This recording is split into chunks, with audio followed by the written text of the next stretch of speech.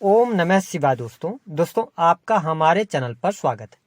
आज के इस कार्यक्रम में हम आपको जानकारी देने वाले हैं मेष लग्न या मेष राशि वालों के लिए मार्च, अप्रैल और मई का महीना कैसा रहेगा। आने वाले 3 महीनों में आपके जीवन में किस प्रकार की परिस्थितियों का निर्माण होगा, वह कौन सी डेट होगी जहां से आपके जीवन में कुछ बड़े बदलाव देखने को मिलेंगे। जो हमने थंबनेल पे लिखा हुआ है, नया दौर शुरू होगा।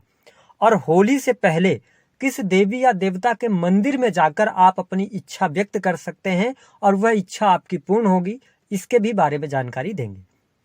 देखिए, जब मार्च 2024 की शुरुआत हो रही है तो बड़े ग्रहों की स्थिति आपके लिए कुछ इस प्रकार की रहेगी। राहु देव आपकी राशि से 12वें भाव में गोचर करेंगे, केतु 6 हाउस में रहेंगे, शनि, सूर्य और बुध आपके 11th हाउस में गोचर करेंगे।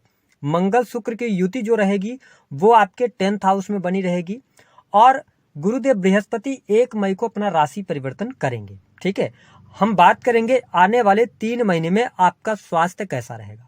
देखिए, स्वास्थ्य अगर हम बात करते हैं तो लगन में गुरुदेव बृहस्पति विराजमान हैं और मंगल देव की जो स्थिति रहेगी वो आपके 10th हाउस में रहेंगे। उसके बाद ये शनि के साथ चले जाएंगे, यानी 15 मार्च से लेकर 23 अप्रैल तक ये कुंभ में रहेंगे।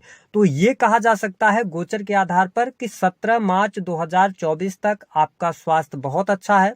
17 मार्च 2024 के बाद जब शनिदेव उदित अवस्था में आ जाएंगे तो कहीं न कहीं से आपको मानसिक तनाव, आंखों की समस्या, सरदर्द की समस्या परेशान करेगी। विशेष तौर पर यदि देखा जाए तो 15 अप्रैल 2024 तक, 15 अप्रैल 2024 से लेकर 15 मई तक आपकी हेल्थ बहुत अच्छी रहेगी। कोई समस्या, कोई परेशानी आपको देखने को नहीं मिलेगी।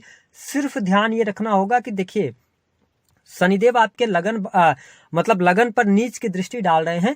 तो 1 मई के बाद जब बृहस्पति का ट्रांजिट हो जाएगा तो आपको अपने हेल्थ को लेकर डिसिप्लिन होना पड़ेगा। अगर आप अपने हेल्थ को लेकर अगर आप डिसिप्लिन नहीं रहेंगे तो फिर आपको, अगर आपकी एज 35 प्लस है तो आपको हड्डियों की समस्या, चोट चपेट, दुर्घटना होने के भी योग बनेंगे। तो आपको ध्यान रखना होगा। हम बात कर लेते हैं कि आपके लिए संतान की क्या स्थिति रहेगी। देखिए, पंचम भाव पर गुरुदेव बृहस्पति की अमृतमय दृष्टि पड़ रही है और सूर्य देव आपके राशि से लाभ भाव में गोचर कर रहे हैं। तो हम देखें तो मार्च का महीना विशेष तौर पर 15 मार्च तक बहुत अच्छा है। 15 मार्च से लेकर 15 अप्रैल तक थोड़ा संतान को लेकर समस्याएं रहेंगी। संतान की हेल्थ पर पैसा खर्च हो सकता है, लेकिन संतान के कैरियर को लेकर कोई समस्या दिखाई नहीं देती। संतान को लेकर कोई न कोई बड़ी गुड न्यूज आपको 15 अप्रैल से लेकर 15 मई तक मिलेगी। संतान का सुख प्राप्त होगा, संतान के साथ में वाद विवाद आपके समाप्त होंगे। ये चीजें आपके लिए बहुत बढ़िया रहेंगी। हाँ, 15 मई के बाद थोड़ा सा संतान को लेकर समस्याएं ज्यादा उत्पन्न होंगी। अगर आपकी संतान उम्र में बड़ी है तो उनके साथ में वाद विवाद होने के योग दिखाई देते हैं, क्योंकि 1 मई से गुरुदेव बृहस्पति ट्रांजिट कर जाएंगे, जहां से शनिदेव की 7वीं दृष्टि आपके पंचम भाव पर पड़ेगी। तो जो मेष लग्न या मेष राशि वाले जातक संतान प्राप्ति अथवा फैमिली प्लानिंग करना चाहते हैं तो उनके लिए मार्च और अप्रैल का महीना बेहतर है। आप इस तरफ आगे बढ़ सकते हैं। उसके बाद समय थोड़ा सा आपके लिए दिक्कत वाला हो जाएगा। बात कर लेते हैं आपके लिए प्रेम प्यार के लिए कैसा रहेगा। मार्च का महीना प्रेम संबंधों के लिए अच्छा है। प्रेमी प्रेमिकाओं के बीच में अच्छे रिलेशन रहने वाले हैं, कोई समस्या आपको दिखाई नहीं देती है। हाँ, अप्रैल के महीने में आपके प्रेम संबंधों में उतार चढ़ाव देखने को मिलेंगे, लेकिन कुल मिलाकर अच्छा रहेगा। यदि आप प्रेम विवाह से जुड़ा कोई निर्णय लेना चाहते हैं, प्रेम विवाह करना चाहते हैं, विवाह से संबंधित बात नहीं बन रही है, तो मार्च और अप्रैल का महीना अच्छा है। 1 मई के बाद आपके लिए विवाह के योग नहीं बनेंगे। प्रेम संबंधों में भी आपको उतार चढ़ाव देखने को मिलने लग जाएंगे।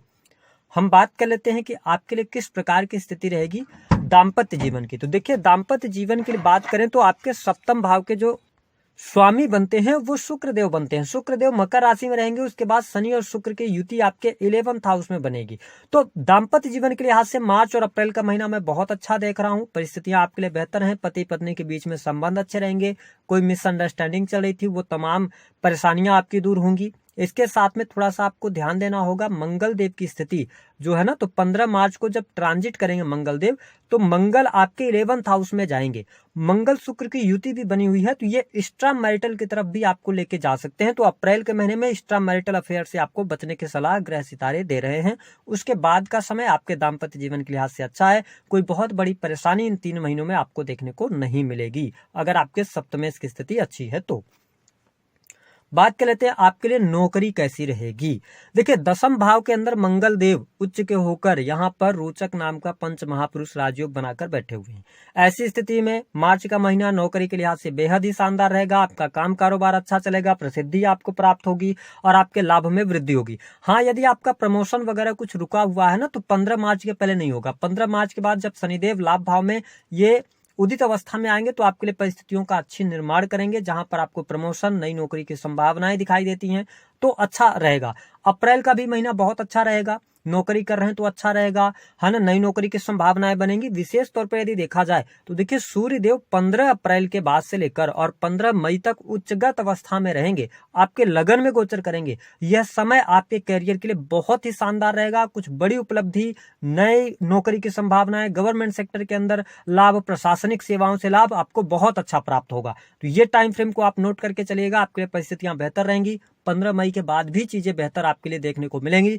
तो मैं करियर वाइज अगर बात करूं, विशेष तौर पर आप यदि नौकरी कर रहे हैं तो आपके लिए समय बहुत ही अनुकूल रहेगा। जो मेष लग्न या मेष राशि वाले जातक या जातिका गवर्नमेंट सेक्टर के अंदर कार्य कर रहे हैं, देखिए प्राइवेट सेक्टर के अंदर अगर आप कार्य कर रहे हैं तो उसमें दुविधाएं, परेशानियां आपके साथ में बनी रहेंगी अप्रैल के महीने में, है ना। अप्रैल के महीने में कहीं ना कहीं से आपका नौकरी में मन नहीं लगेगा। अगर आप किसी के अंडर जॉब कर रहे हैं तो जॉब में आपको सेटिस्फेक्शन नहीं मिलेगा। लेकिन 1 मई के बाद से आपको प्राइवेट सेक्टर के अंदर बहुत ही अच्छे बेहतर परिणाम आपको देखने को मिलेंगे। नई नौकरी मिलेगी, प्राइवेट सेक्टर की मैं बात कर रहा हूँ, काफी अच्छी स्थितियां रहेंगी। प्रमोशन के भी योग बनेंगे प्राइवेट सेक्टर के अंदर। बात कर लेते हैं आपके लिए विदेश की क्या स्थिति रहेगी इन 3 महीनों में। मार्च और अप्रैल के महीने की अगर हम बात करें तो भाग्य आपका भरपूर साथ देता हुआ नजर आ रहा है। विदेश जाने के अवसर आपको प्राप्त होंगे, भाग्य वृद्धि, रुके हुए कार्यों में गति आपको देखने को मिलेगी। साथ ही पिता से आपके संबंध अच्छे होंगे, पैतृक संपत्ति का लाभ आपको प्राप्त होता हुआ नजर आ रहा है। इसके साथ में आप धार्मिक यात्राओं पर भी जाने वाले हैं, लंबी दूरी की यात्रा सफल होगी। टूर एंड ट्रेवल के कार्यों से जुड़े जातकों को बहुत अच्छे बेहतर परिणाम यहाँ पर प्राप्त होंगे। विशेष तौर पर एक बात और ध्यान रखें कि मेष लग्न या मेष राशि वाले हैं, यदि आपके जीवन में थोड़ा सा भी स्ट्रगल चल रहा है ना, तो आपको परेशान होने की आवश्यकता नहीं है। जो हमने बात किया कि आपके लिए एक डेट शुरू होगी जहां से आपका एक दौर शुरू होगा, तो उसको भी जान लीजिए कि गुरुदेव बृहस्पति ट्रांजिट करेंगे आपके 2nd हाउस में, तो यकीनन आपके धन में वृद्धि यहाँ पर बहुत अच्छी देखने को मिलेगी। धन लाभ आपको बहुत अच्छा होगा। 1 मई के बाद से आपके लाभ में वृद्धि, साथ ही धन की प्राप्ति, कोई बड़ी इच्छा मनोकामना आपकी पूर्ण होगी। नई नौकरी की संभावनाएं, विशेष तौर पर जो लोग सर्विस इंडस्ट्री से जुड़े हैं, सर्विसेज देने का काम करते हैं, उनको बहुत अच्छा लाभ 1 मई से मिलना शुरू हो जाएगा।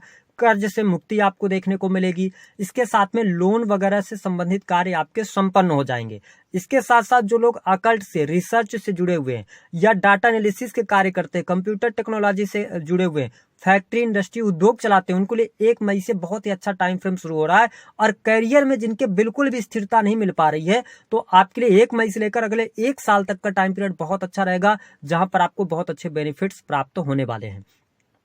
अगर इन 3 महीनों की हम बात करें कि आपके लिए सुख साधनों की स्थिति कैसी रहेगी, तो देखिए, अगर आप मेष लग्न और मेष राशि के जातक या जातिका हैं, तो विशेष तौर पर यदि आप भवन निर्माण वगैरह का कार्य शुरू कराना चाहते हैं, कोई आप प्रॉपर्टी लेना चाहते हैं, तो आपके लिए मार्च का महीना बेहद ही शानदार बना हुआ है।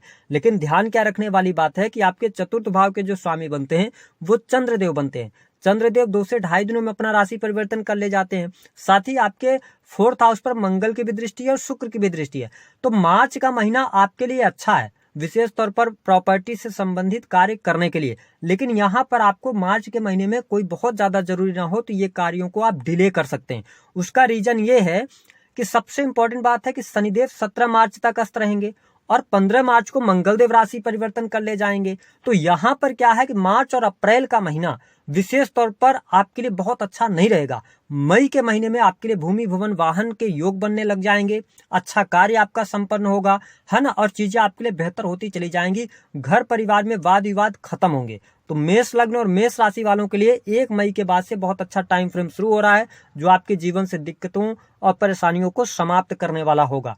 धन की स्थिति की अगर हम बात करें तो 17 मार्च 2024 तक धन संबंधित समस्या आपको परेशान करेगी। आप इस दौरान एक बात का जरूर ध्यान रखें कि आप कहीं पर निवेश ना करें बड़ा।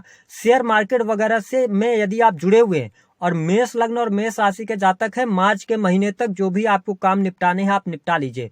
उसके बाद अगले 1 साल तक शेयर मार्केट से आपको लाभ नहीं मिलने वाला है, तो आप कहीं बड़ा निवेश करने के बारे में सोच रहे हैं तो अपनी पत्रिका वगैरह दिखवा के कीजिएगा।